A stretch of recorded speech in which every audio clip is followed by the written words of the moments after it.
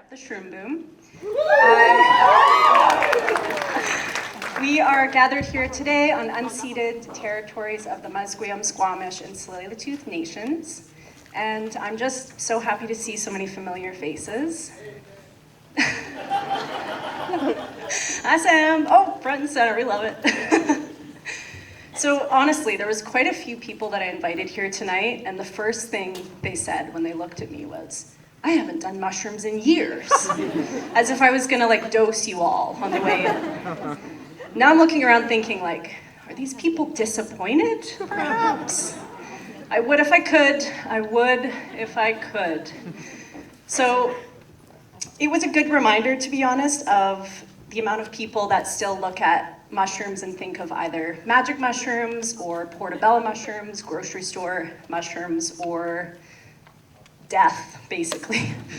And I created this docuseries while these two episodes that I'm showing tonight are on foraging and psychedelics. The whole series was made because I wanted to do my part in showing the fact that fungi are so much more than those three things. They are incredible, and they've captured my life for the past 7 years, and this is kind of a overflowing of love into these 6 episodes. So this docuseries was born exactly a year ago, actually, when I received $10,000 worth of funding from Story Hive. I would love everyone to give Story Hive a round of applause, because there is not enough organizations that fund Canadian content creation, and so we need way more of that, and we really, really, really appreciate it.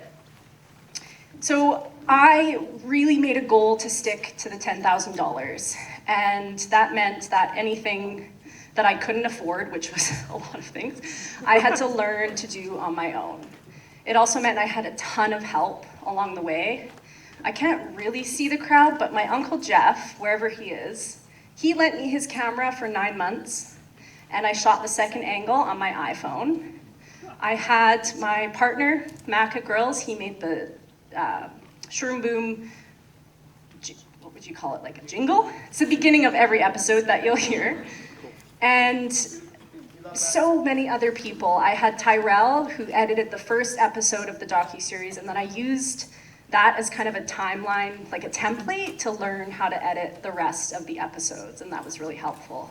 There's so many other people that I could name, but I don't want to really turn this into a Grammys speech, you know? So I will move on.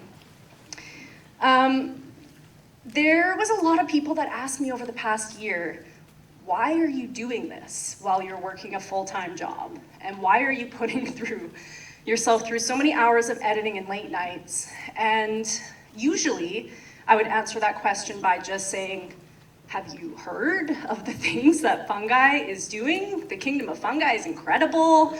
Mushroom leather and textiles and packaging, and I'd ramble and ramble and ramble and just fade off into the forest where I belong. But while all those things are true, what's the core reason why I created this docuseries was because mushroom people are the best people. And I discovered this a couple years ago when I noticed that any kind of event that I went at, that there was people just interested in fungi, I was my most authentic, happy, optimistic, creative self. And so I just followed that for years on end. And on that note, I'd like to say hello to your neighbors. You guys don't have any neighbors up here, so you can talk to each other. And because there's some really incredible people in the room tonight, and that's really what it's all about. So I hope you enjoy episode 1. And just to note, the chanterelle is named incorrectly with the Latin name. It's actually Canthrellus formosus. For all you fungi nerds that are gonna call me out at the end, I know that. Thank you so much.